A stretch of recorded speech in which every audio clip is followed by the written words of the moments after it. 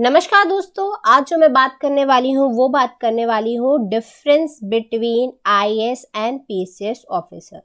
Comment section में बहुत सारे लोग मुझसे ये सवाल पूछ रहे थे कि आखिर आईएएस और पीसीएस ऑफिसर में क्या अंतर होता है। तो वो जो सारे डाउट है आपके वो इस वीडियो में सारे क्लियर हो जाएंगे। चलिए दोस्तों, स्टार्ट करते हैं हमारा आज का वीडियो। देखिए, सबसे पहले अगर मैं बात करूं चयन प्रक्रिया और प्रशासन की, उसके पहले मैं आपको ये बता देना चाहती हूँ कि आखिर आईएएस और पीसीएस का फुल फॉर्म क्या होता है।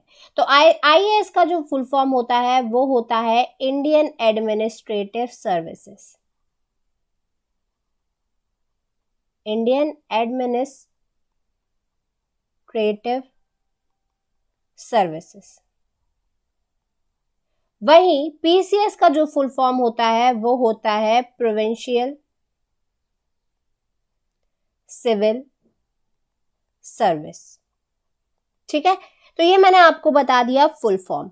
अब बात करते हैं चयन किस तरीके से होता है या चयन प्रक्रिया क्या होती है। तो जो चयन करता है वो यूपीएससी द्वारा जो परीक्षा होती है अखिल भारतीय सिविल सर्विसेज, उसके माध्यम से आईएएस में आपका सिलेक्शन होता है। मतलब संघ लोक सेवा आयोग द्वारा आयोजित जो अखिल भारतीय सिविल सर्विसेज की परीक्षा होती है उसके माध्यम से आपका आईएएस में चयन होता है। वही अगर मैं बात करूं पीसीएस की, तो पीसीएस की जो परीक्षा होती है, जो पीसीएस में आपका सिलेक्शन होता है वो होता है राज्य लोक सेवा आयोग द्वारा। किसके द्वारा? राज्य लोक सेवा आयोग के द्वारा जो आयोजित परीक्षा होती है, लोक सेवा आयोग द्वारा जो आयोजित परीक्षा होती है उसके माध्यम से क्या होता है, आप पीसीएस ऑफिसर बनते हैं। अब मैं बात करूं कि आखिर इसकी भर्ती और जो सेवा संबंधित मामले हैं उनका फैसला कौन करता है। तो उनका जो फैसला करता है, अगर आईएएस की बात करूं तो सीएटी। अभी सीएटी क्या है? तो केंद्र सरकार द्वारा जो स्थापित केंद्र प्रशासनिक न्यायाधिकरण, जिसे क्या बोलते हैं, सीएटी बोलते हैं, वो लोक सेवकों की भर्ती और सेवा संबंधित क्या सभी मामलों का क्या करता है, फैसला करता है। वहीं अगर मैं पीसीएस की बात करूं तो जो भी संबंधित राज्य सरकार होती है उसके विशेष अनुरोध पर केंद्र सरकार जो द्वारा स्थापित है राज्य प्रशासनिक न्यायाधिकरण एसएटी, वो क्या करता है, राज्य सरकार के जो कर्मचारी होते हैं उनकी भर्ती और जो सेवा संबंधित मामले हैं उनका क्या फैसला करता है। चलिए हम नेक्स्ट देखते हैं। नेक्स्ट अगर मैं बात करूं परीक्षा का पैटर्न, तो देखिए जो परीक्षा का पैटर्न होता है वो आईएएस परीक्षा का जो होता है वो प्रीलिम्स, मेंस और इंटरव्यू। मतलब जो ये परीक्षा होती है वो 3 चरणों में होती है। पहले प्रीलिम्स होगा, फिर मेंस होगा और इंटरव्यू होगा। और वहीं अगर पीसीएस की मैं बात करूं तो पीसीएस जो परीक्षा होती है वो भी अधिकतर राज्यों में 3 चरणों में ही होती है। क्या? प्रीलिम्स, मेंस और इंटरव्यू।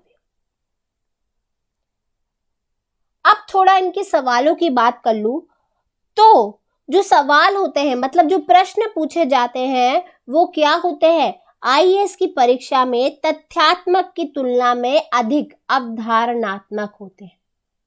क्या होते हैं? अवधारणात्मक होते हैं। और वहीं अगर मैं बात करूं पीसीएस की, तो यहां पे जो प्रश्न होते हैं वो क्या होते हैं, तथ्यात्मक होते हैं।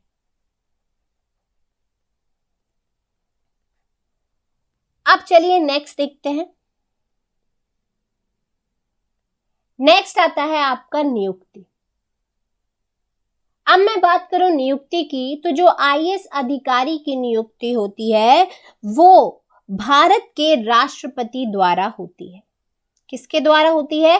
भारत के राष्ट्रपति द्वारा होती है। लेकिन ये आवंटित किए गए कैडर में राज्य सरकार के अधीन ही कार्य करते हैं। ठीक है, जो भी इन्हें कैडर दिया जाता है उसके अधीन ही क्या, राज्य सरकार के अधीन ही कार्य करते हैं। वहीं अगर मैं बात करूं पीसीएस की, तो जो पीसीएस अधिकारी होते हैं, जो उनकी नियुक्ति होती है वो किसके द्वारा होती है? राज्य के राज्यपाल के द्वारा होती है। किसके द्वारा होती है?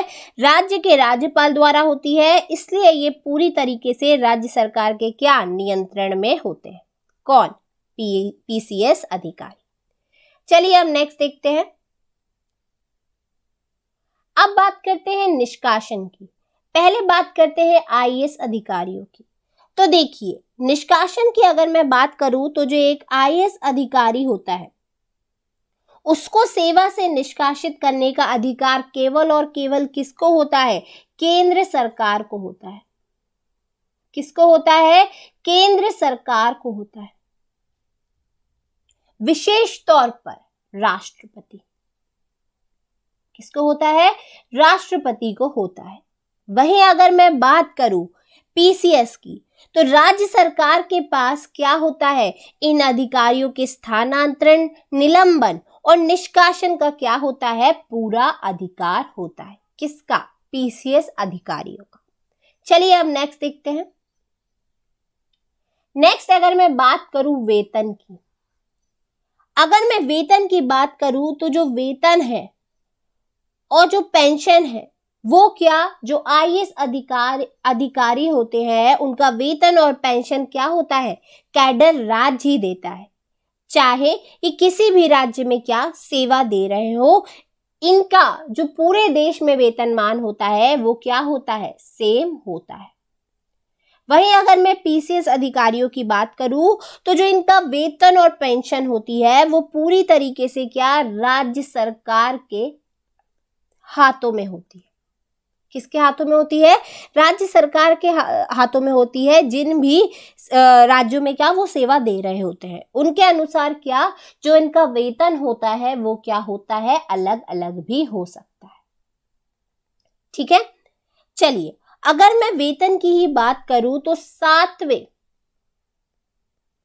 वेतन आयोग अनुसार जो आईएएस का वेतन होता है वो अलग अलग ग्रेड पे क्या अलग अलग होता है। तो अगर मैं कनिष्ठ स्केल की बात करूं,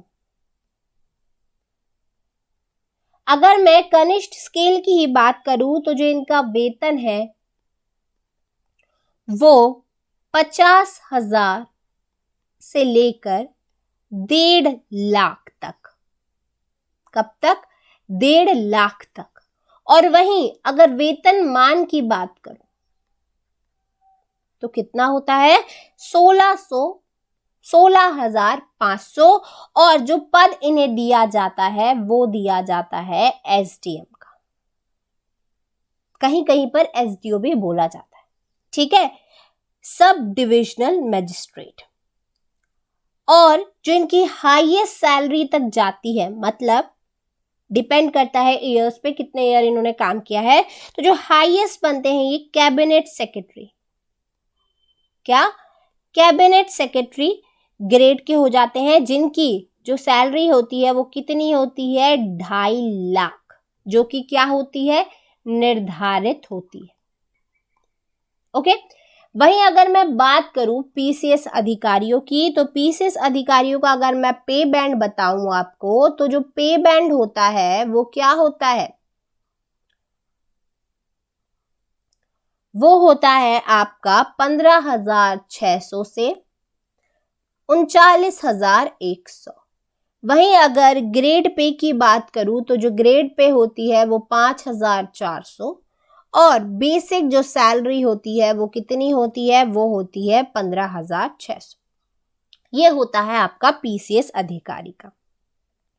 अब मैं बात करूं इनकी पदोन्नति और पद की, तो अगर मैं आईएएस अधिकारी की बात करूं तो जो आईएएस अधिकारी होता है वो अपने करियर की जो शुरुआत करता है वो एसडीएम से शुरुआत करता है और भारत सरकार के क्या सचिव पद तक पहुंच सकता है।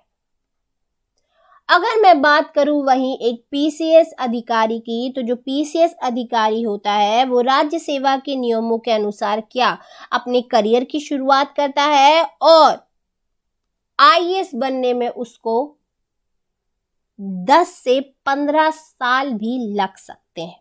ठीक है, आईएएस अधिकारी कि पद जितना वो प्रगति करने पर उसे 10 से 15 साल इससे अधिक भी लग सकता है, और कभी कभी तो ऐसा भी देखा गया है कि इस ऊंचाई तक पहुंचने से पहले ही वो क्या हो जाता है, रिटायर्ड हो जाता है। ठीक है, तो वो डिपेंड करता है।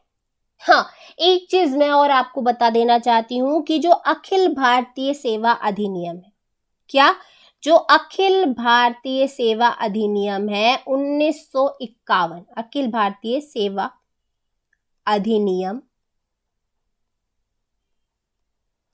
1951, इसके अनुसार अगर मैं बात करूं, जो वरिष्ठ पद है उन पर 33 वर्षों से अधिक नहीं होना चाहिए, और आईएएस, आईपीएस और आईएफएस सेवाओं में 1/3 पद, कितना, 1/3 पद राज्य सेवा में नियुक्त अधिकारियों के पदोन्नति द्वारा क्या, भरे जाने की आवश्यकता है।